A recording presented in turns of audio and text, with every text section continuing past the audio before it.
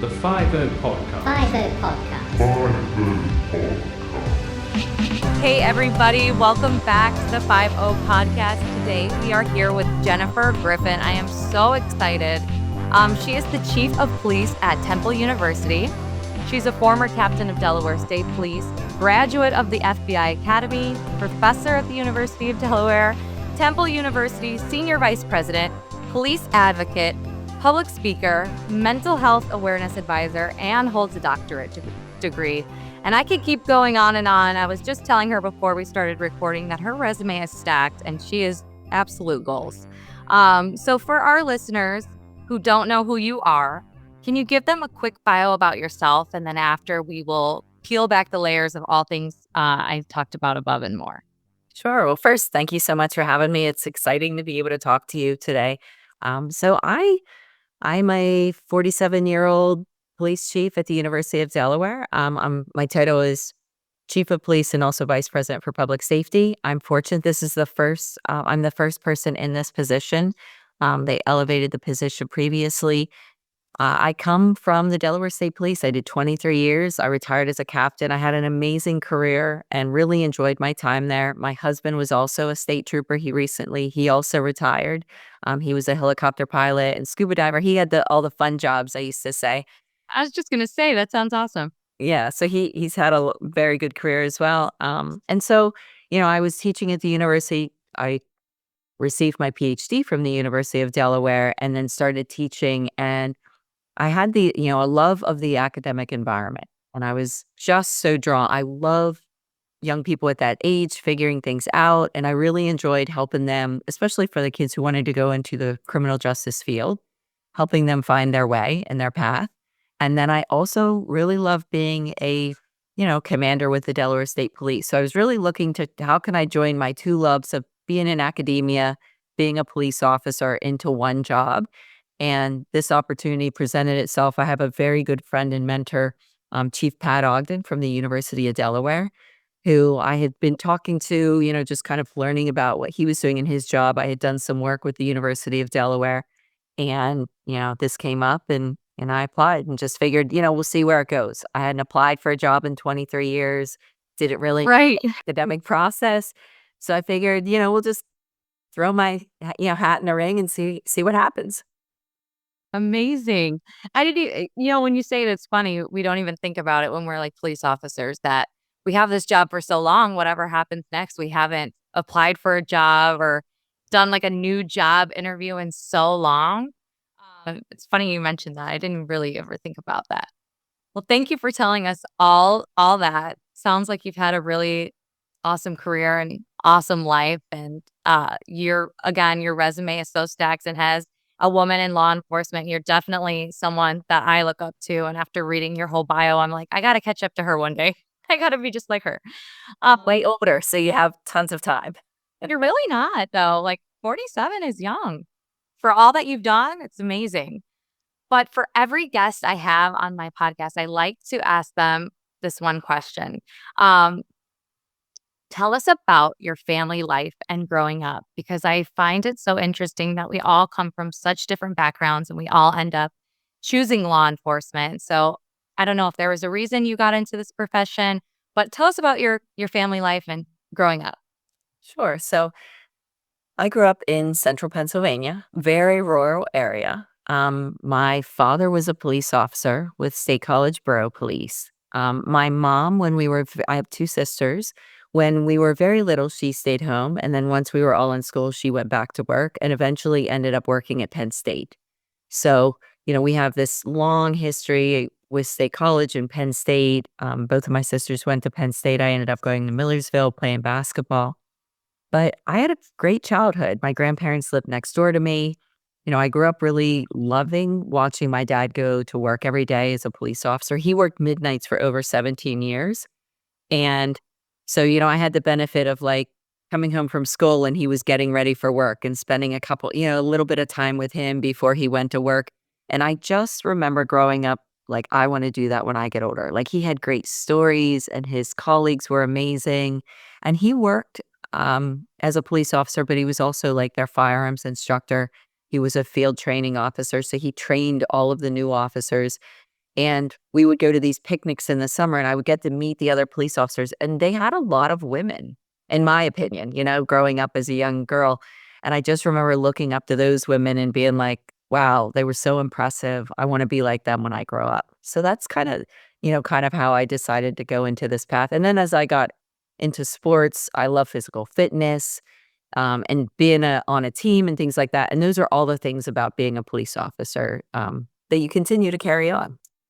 Yeah, absolutely. It's so funny. Our stories keep connecting even more because, I grew up watching my dad as a police officer as well, and midnights as well. And I can totally relate to your story. And um same, like seeing my dad going to work and never complaining and loving his job and being proud. It just really inspired me. It sounds like it inspired you, but it's great that you saw women in policing because I feel like that's, somewhere in this career field that lacks is seeing really good role models, women in policing. And it's cool that you looked at them and that you became one yourself. So is your dad and that growing up experience the reason you chose policing, or was there other factors? Yeah, I also have, both of my grandfathers were in the military. I have several uncles that had been in the military. So we do have a very service-oriented family. And Yeah. but I think for me, it was seeing how much joy, and again, my dad worked in a university town, around the Penn State. And I used to do ride-alongs from a very early age. So I would go out and I would get, and my older sister used to go on ride-alongs with my younger sister. I mean, we would just love that time. But I That's think so for me, it was just like I wanted to do something where I felt purpose every day, and he had purpose every day. Even on the difficult days, he was grateful for his colleagues. He was grateful for his agency. And you don't get that in every career. I mean, I meet a lot of different people over the years in different careers and different industries, and they don't have the same purpose. They're like, it's a job, it pays my bills, it supports my family, but it doesn't drive me to get up every day and do what I do. And so from an early age, you could see his drive and his love of being a police officer and what it meant to him as a person. And I was immediate that was honestly the only job I wanted to do. I had lots of teachers and advisors like, "Oh, but you could do this and you could do this." And I was like, "I don't wanna do those things. Like, this is the only thing I wanna do." sounds like it was like really aligned for you perfectly. And obviously you've it made a very successful career for yourself. So it's definitely worked out for you. So in policing, what units have you worked in and what's been your favorite experience or role thus far? That's a good question. It's a stacked question. It is okay, Yeah. I'll do the first half. So, again, very blessed with the state police. I was a trooper that I loved, had a great experience with that. I was also a school resource officer, and I had some unique challenges. I went to an alternative placement school, so all the kids who were on probation, coming out of incarceration, I had that for a year.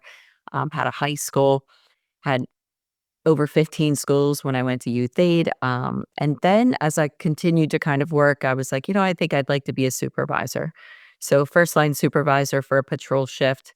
Then I went on to be a lieutenant, had a great opportunity, but also was in planning and research. And I learned so much about the organization. And that really developed my love of doing research and looking how research can inform law enforcement, because we're sometimes not a very warm and friendly place for researchers and scholars and things like that, because we're stuck in this, we've always done it this way, um, and this us versus them with academia and things like that. So I really enjoyed that unit. I was in our internal affairs. I ended up running the internal affairs unit as a captain. I ran our training academy, which also oversaw our K-9 and our firearms unit. And then I had two separate operations commands. My last one was actually the first command I started at as a new trooper. So to get to start and end at the same place was a really, um, I don't know. It was emotional. It was just like being Yeah. able to leave, and the way that I got to leave. I wasn't running away from a job. I was running towards a job, and so I really enjoyed, like, how I was able to progress in my career, both with the state police and now at Temple. For favorite positions or things that I would say I'll give you probably two. The first one was with the state police at the training academy, and I had a lot of great experiences, but there is nothing like being a part, and this is why I'm here at Temple, but there's nothing like helping a young person, somebody who's coming into the field of policing, find their way as a police officer. So those 25, 27 weeks we spend with new recruits to develop them and build them up and help them prepare for the life of a police officer, I think is a really special time. And we had an amazing staff. I have pictures on my wall still of the academy staff. We were really a family. So that was probably with my state police. And then I would say the thing that I look back now and I would say my time here at Temple. I've been here for Yeah. just a little over 2 years. And like I said, I tell people I didn't need this job. I wanted this job. Um, I think I have grown as a leader. I've grown as a person. I've grown as a parent, as a spouse, as a colleague and a coworker, as a scholar, because I'm using research in all of the things that we do right now. So I think, nobody grows from comfort. And a lotus only grows in the mud. And so I would say that the last 2+ years have been an amazing time for me for personal growth and to be able to feel really connected to an organization that I feel so strongly about, Temple University and our Department of Public Safety. This is such an amazing place. And when you walk around our campus and you see our kids and, a lot of them, I would say they're working hard, they're grinding it out, they have jobs outside of here, they maybe live at home and they take public transportation in or they drive in, these kids want a great education and they get a great experience and internships that you won't find out anywhere else. Like Temple's an R1, we have a medical school, a dental school, podiatry school, a law school, like all of the post-undergrad opportunities we have right here with hundreds of internships. I mean, I spoke to a student who was in our community, our public safety, student advisory safety council. They had already had like 4 or 5 internships, and they were saying, I'm like, this, you're going to have so many opportunities Yes. when you go to get a job. And so I love being here. I love our department and the progress we have made over the last 2.5 years. There's such great people here, and I'm just really grateful to be a part of it. That sounds amazing that these students are set up for success, because a lot of times people are really scared once they leave college, and it's a really scary territory. You don't know where you're going to go, what you're going to do, and you're so on your own. But if you have that stacked resume and all those opportunities within like internships and stuff, you really are set up for success. And leaving college can be a scary thing. So that's really great that you guys focus on that for your students. And I know that you focus on safety for your students and a lot of things that we will get to. So as far as struggles in law enforcement, if you are willing and able to talk about it, what's any personal struggles that you face in your career in law enforcement? I would say probably, the greatest struggle that I experience now, and I'll just give you that because it's very relevant, is just recruitment and retention. And also, the changes in dynamics in communities, and how fast they're evolving and changing and things we have to continually prepare for and plan for. But, I would say if you talk to, and I just came back from ICP a couple weeks ago, we are all talking about the same challenges with recruitment and retention. We're not getting as many applicants as we have before, so the pool is smaller, right? We're all fighting over the same number of applicants, right? So previously, I had a vision of agencies that I wanted to go to. Kind of, and because my father was a police officer like you, he would have steer you in a certain direction, right? Yeah. But for me, I was very fortunate as well. People who are applying for jobs now, they're applying to 10, 12 different agencies. Yep. They're looking short term. They're thinking, where can I just get the most money right now? Not really thinking about benefits and free tuition for your kids and environment. Like, what kind of environment do you want to work in? And then they're jumping from agency to agency. There's not a lot of loyalty staying with an agency. So you have that recruitment challenge with just a smaller pool of people. And then you also have the retention challenges because people have become very disenfranchised. with policing as a career. So hard to get people in the door. And then the people you have, they're looking around and being like, I think I'm going to do something else, or I'm going to go in a totally different field that I've never even done anything in just because I don't want to be a police officer anymore because of the dynamics and, some of the defund the police and, just some of the changes that they've seen that they, just don't enjoy the career anymore. Yeah. I can see that even in I've only been on the job for 6 years, but from the day that I started till now, it's changed completely as well. The culture is different, the camaraderie is different. It's what's next best, where can I make more money? Um, where do I have more opportunities, which is fair. But I feel like when I first applied, it was to stay there for the next 25 years. And that is how it used to be. Like you wanted your dream department and you wanted to stay there for the next 25 years until you got that, pension check. And it's definitely different now. And like you said, a lot of people are also realizing it's not for them within like 2 years and changing careers completely and not really sticking it out because of what's going on in the media and the news and everything like that. So it's Yeah. definitely changing, and I'm sure you've seen it, and even me with my short time, I've seen it. So hopefully it gets better, but we'll see. I mean, it's a challenging. I mean, policing in general is challenging. Yeah. All the care professions, whether you're a nurse, a doctor, a police officer, a teacher, you can see across the nation there are shortages in all of these different professions because care professions are hard. I mean, we take on everybody else's vicarious trauma, right? We see Yeah. people at their worst. We see people when they've been victimized. We see how the criminal justice system may or not be effective in supporting victims and police and it's just a really hard time. And then you open up after the pandemic, people having the opportunity to work from home. You can't work from home as a police officer. Yes.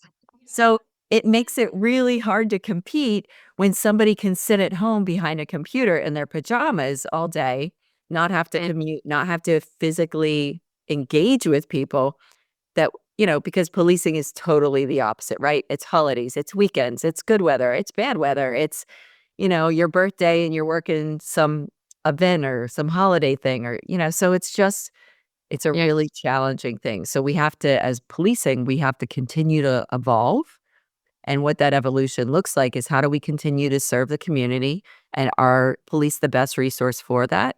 And how do we use technology to create layers of safety? How do we use other resources or other types of, civilianized employees to help do those things? And you've seen that in like the co-responding mental health calls, Yeah. and then some agencies, they're just saying, we're not responding to anything if it's not a part one and above, part one crime, Hmm. you know? So, Yeah. we have to evolve just like our communities are evolving. Yeah. I can't agree more. And because you have this stacked resume, you have all this great advice, and you've come so far in your career as a female. What advice would you have to female officers who are struggling in this career or are having a hard time finding their place? Or maybe even females who want to be a police officer, but just don't know if it's for them. Mhm. Well, I do say that policing is one of the, in my opinion, best jobs for women because it's equal pay for equal work. Find another profession, whether it be in law, in the medical field, where women are making the same amount of money as their male cohorts for the same type of work. So in that aspect, I think it's very good. There's also still a lot of challenges, right? I mean, you look around the locker room and it's pretty bare, you know? Yeah. And there's a lot of initiatives, the 30 by 30 initiative is continuing to try to push, but that's even more becomes more challenging now as the number of people that are applying are less, the number of women that are applying are less. So I think it's a great career. I think there are things you should go into it understanding the profession. The schedule is always going to be an issue for women, whether we like it or not. We still take the brunt of childcare. There's tons of research that still talks about the second shift, so that's going to be a consideration. But I think once you're in policing, I think women that I have looked up to and who have done well and been successful and felt good about the career, they always took their own development seriously. They didn't wait for somebody to develop them. So they went and they got additional education or training or certifications. They worked on themselves. They were physically fit. They took care of their physical, mental, and emotional self because it is a very challenging job. And there is a saying that women have to work twice as hard to be seen as equals in policing. I think there's still a little bit of that. I definitely can say that depending on the location or the type of agency you're working for, it can be better or worse for people. But I think definitely, you know, don't wait for other people to help you. Like, do it for yourself. Yes, absolutely. I think that's great advice. Um, so recently you've been involved about speaking out about advancing mental health services for police officers. Can you tell us more about the state police wellness app? Sure. So when I was with the state police, I was working for Colonel Nate McQueen, who's currently the oversees public safety in Delaware. And, I went to him and he knew, I mean, my research was on resiliency, stress, different demographics, supervisors, non-supervisors, work family conflict, and burnout. And I said, I was doing a lot of work and I still do a lot of work. I'm really fortunate. The International Association of Chiefs of Police. I'm the education chair for the University and College Committee. I also just was invited to sit on their board of directors for the ICP, which I'm really excited about because I work a lot in the mental health, mental resiliency for law enforcement. And so I was fortunate. My colonel at the time, I went and I said, I'd like to start a wellness unit. And here's my proposal. And he looked at it and he said, okay, go ahead.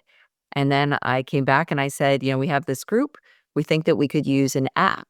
Like people, we have EAP, we have all the same resources that all the agencies have, and people aren't using them. But we know people need help because we've had these issues and we see these challenges. So, can we pilot and try an app? Go ahead, do it. And so, that was kind of the start of it. Back with DSP here, we are building up the staff. We've made a couple different things we've done adjustment wise to improve the officers' well-being, where we went to 12-hour shifts. So they went to working 21, 22 days a month and only getting a weekend off every 13 weeks to now they only work 15 days a month and they have every other weekend is a 3-day weekend.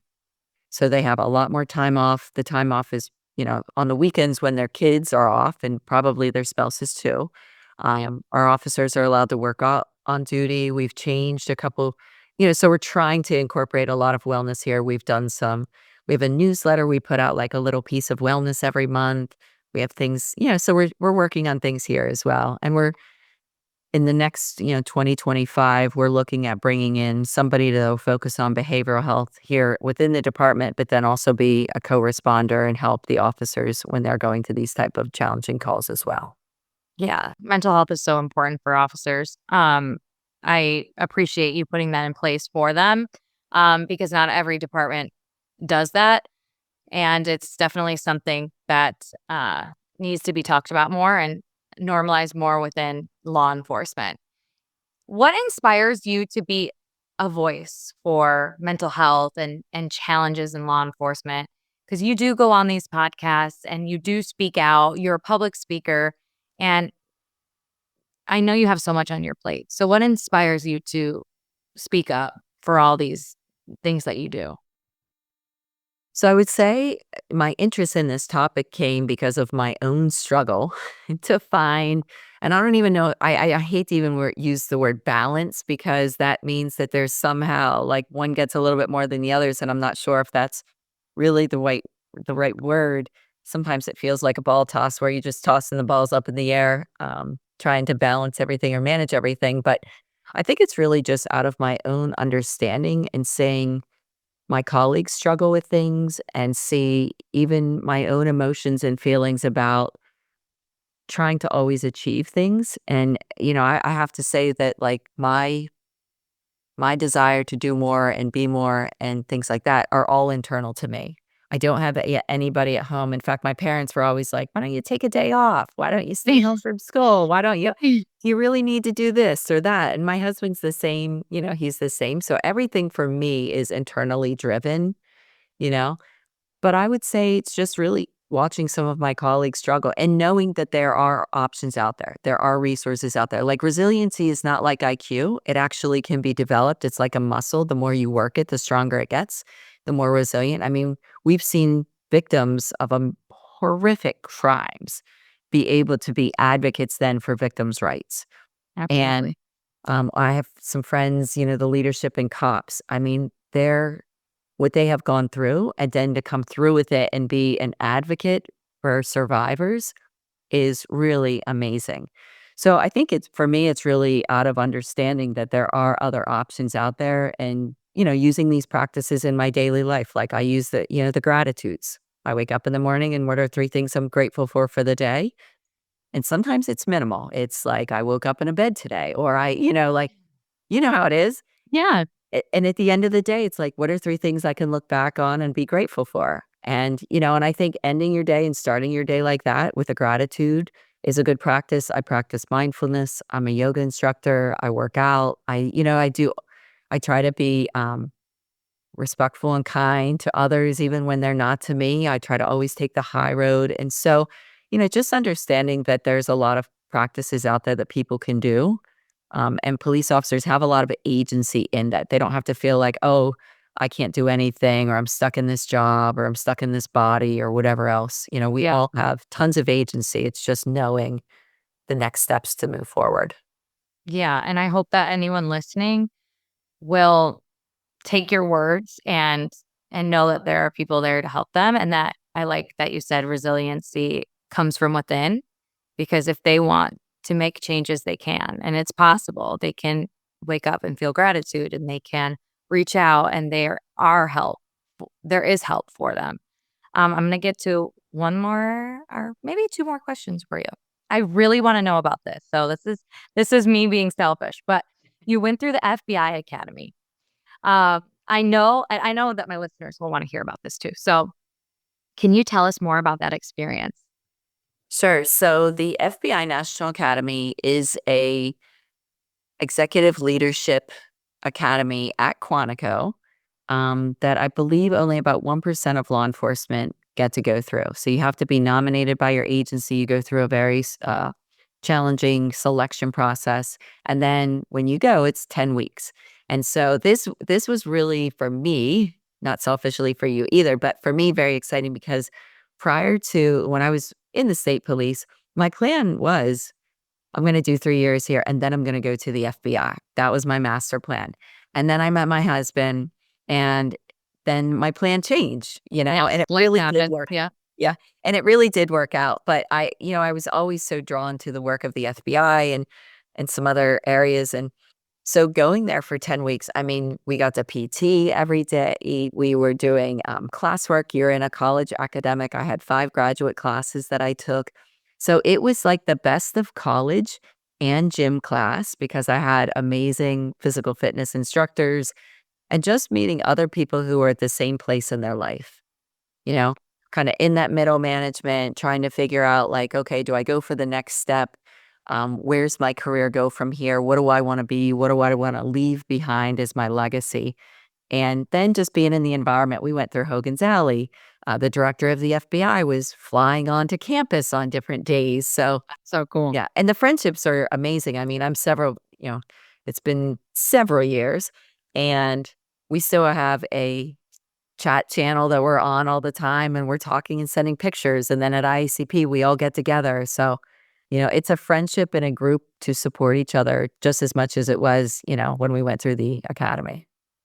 And you said you were nominated for that. So if there's like officers that want to do that, they would have to like speak up to It has their to supervisors. Yeah, it has to go Yeah. through your agency. So each agency, can nominate people and then, at whatever state you're in or area you're in, they get so many spots. And so, we were very fortunate in Delaware. We were in the Delaware, Maryland chapter. So, we were, I won't say competing, but we had people that were going from Delaware and Maryland. We had spots for. That's really cool that you got that opportunity. Like it's cool that you could have your job as an officer and you don't have to be in the FBI because like you said, you have your family now. And I personally thought about going federal too, but now I'm getting married. I have a stepson. I can't go fly across the world or be placed in Oklahoma and, so I totally get it. But the fact that you got to experience that and have that, you know, you can talk about that on your resume or talk about your experience and you made those friends. It's very, very cool. I want to get to one or two more questions if I can. Um, so the Temple University Department of Public Safety became the first police department in the tri-state area to utilize TI training simulation technology.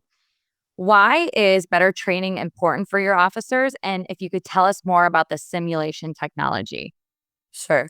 So it all goes back to strategy, right? So I think, I like to tell people I kind of have everything under the umbrellas of like five pillars. So it's personnel, education and professional development, equipment and technology, our strategy, and communication and collaboration. So the best departments in the world, they hire good people, they train them, and they provide supervision mentorship over the course of their career. And if you do those three things, you have strong officers, strong employees, and you have a very professional agency.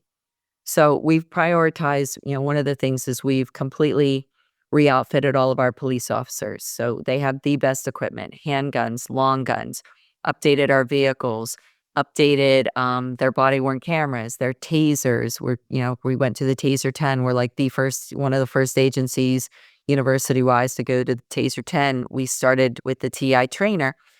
Coming from a law enforcement background with the state police running the training academy, it's so imperative that police officers don't get just good training when they come into the profession, but ongoing, right? And it just can't be like one day, 1 8-hour day once a year. It really needs to be, because that's great for that 1 day. And maybe you'll remember it for a week, maybe a month. But what you really need to do is incorporate training into the environment. So Yes. and I'll tie this into what we're doing with TI, but we're working on our accreditation right now. So we're rewriting policies. Once the policies are done, we send them through our Power DMS system, so the officers get them there. Our trainers go to their roll calls before their shift. They review policy. They do hands-on piece too. So like say the policy's on handcuffing. They'll then go through the physical handcuffing. Then they'll go through, and then we incorporate it into the training modules we're doing in the TI trainer, which is a simulator that has over 900 different scenarios, but it can be exponential. Like you're too young to remember, but there used to be these books that you would read a chapter and then you could pick your adventure. Like if you want Jennifer, Yeah. Yeah. you could go to this page. A Yes. simulator is the same thing, because depending on how the officer responds to it, the trainer behind the scene can direct it to go in a certain direction. So if the officer's in a de-escalation situation and they're not using good verbal commands, or they're not asking the right questions, or they're being aloof or something like that, the instructor can send it in a certain direction. If they're doing well and they're successfully de-escalating a situation and they're looking for hooks and triggers or something like that, the instructor can send it in a different direction. So this gives us the ability to train on a daily basis. And then we have multiple instructors. So we have our senior trainer, who's the lead instructor. And then we have other instructors within the department that while their shift is working, they say, Haley, we had that call the other day. Let's go into the simulator and let's go through another call very similar to it so that we can work through what goes well. And it's really a safe environment for the officers to go in. We want them to make mistakes in training so that they're successful when they're in the field. And we want it to be so it's so repetitive that the officers' muscle memory, when they get in those situations, they don't have to think hard about it. They can actually, it's automatic, Yeah. So we're thrilled with the TI trainer.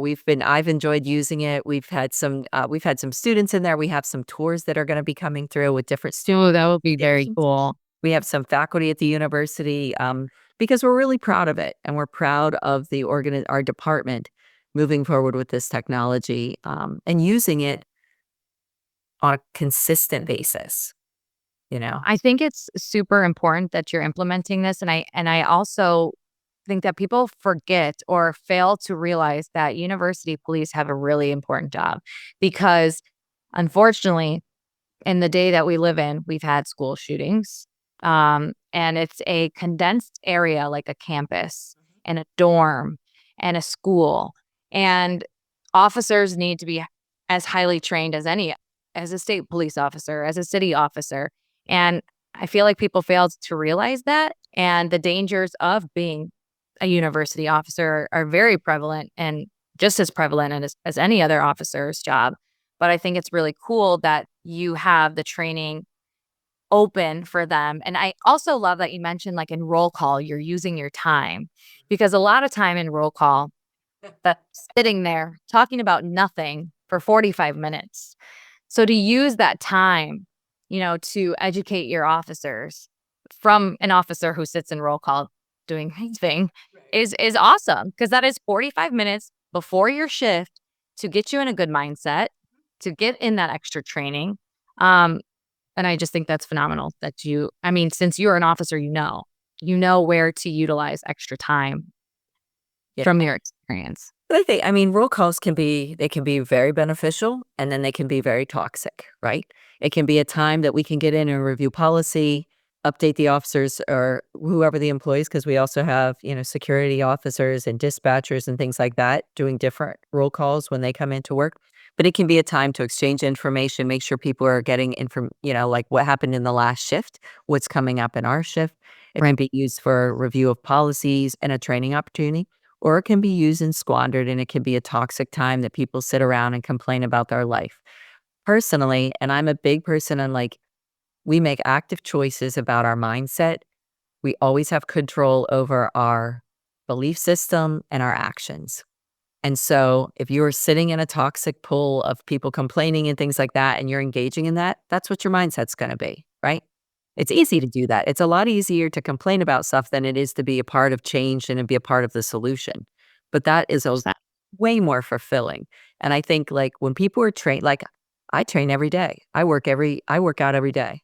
And people are like, like you're the chief now and you don't have to do this. And I'm like, I'm a police officer, and I wear a uniform and every day I could be out on campus and something come in, or I'm sitting in my office or I'm in a meeting and something goes and I've got to respond. Like you have to train every day. And I think the more people train, the more comfortable and confident they are in their skills and the better they will be at serving the communities that we're here to serve. Yeah, absolutely. Absolutely. So, are there any final takeaways you can leave with us before I let you go? Think of anything? Matt, is there anything? That's always good. I can't think of anything. If you could maybe talk a little bit, because I'm personally trying to work on this. If you could talk about how you keep your mindset positive in this environment and how you wake up with that gratitude and stuff so that my listeners can maybe implement it after they listen to your podcast and kind of take away those positive things in their life. Yeah, so it's not easy, and we're all struggling. Myself included. It's a daily choice that you make to be positive. I really do believe that. And I'm also a big believer. If you're not happy in your situation, then change it. Don't blame it on somebody else. Take action. I'm right now reading a book. It's by Mel Robbins. It's the 5-second rule. And it's really about, counting down 5, 4, 3, 2, 1, move. So instead of hesitating, people always talk about like, oh, I don't have time to work out. And I'm like, okay, how much time do you watch TV every day? How much time do you spend on your phone? Mm. That's time you could work out. Like there's always, and we all have choices. So for me, I think the positivity, it's like, I don't like being around negative people and I don't want to be a negative person. So I choose to be positive. I choose to be encouraging, every day. And it's not easy. We all have our good and bad days, but I think too, like surrounding yourself with people that are going to be positive and support you and going to push you forward instead of hold you back is a huge choice that many people fail to make because it's hard. Yeah. And I've been fortunate, like, I have supportive parents, my sisters, my husband, my daughter. Like, I have people, my colleagues, I have people in my life every day that are picking me up and pushing me from the back forward. So, that's really the community you have to build for yourself. And if you don't have that community, you need to get a better community. You need to build a better community around you of family and friends that are gonna support you, and then just be a lifelong learner too. I think that's important as well. Constantly learning and being open to other people and their belief system and how they've struggled. I've been the benefit of a lot of different mentors, many of them men. I think within law enforcement with women, there's a hesitancy, well, there's just so few of us, but, we're always looking for other women in those positions, like, how did they do it? But I've been very fortunate that a lot of my mentors have been men, and I'm sure your dad to you, like, he's Yes. your biggest cheerleader, I am sure, just like Yes. my dad was. So, Yeah. having those people in your life, men or women, who are constantly cheering you on and pushing you forward is important. Yeah, absolutely. Well, thank you so much for your time. I know you are one of the busiest women I've ever had on this podcast. You are so amazing and so inspirational. I can't wait for people to hear this podcast. And if they want to like follow you or find you, is there anywhere that they can stay up to date with you? Yeah, so I'm very active on LinkedIn, so feel free to connect with me on LinkedIn. Perfect. Love talking to people, and thank you to you for spreading information, spreading love, and spreading like a real understanding of what policing is, and that we're people too, and we struggle just like everybody else, and we really are here to help people. So, I hope you'll reach out in the future, personally or professionally. You have my number, so Oh, I definitely will. and I look forward to watching you over the next couple years. You've got a lot going on and a lot of fun things coming up. So, stay in touch. Thank you so much. I appreciate you so, so much. All right. You have an awesome day. You Thanks for being here. Absolutely. Take care. You too. Thanks. Bye.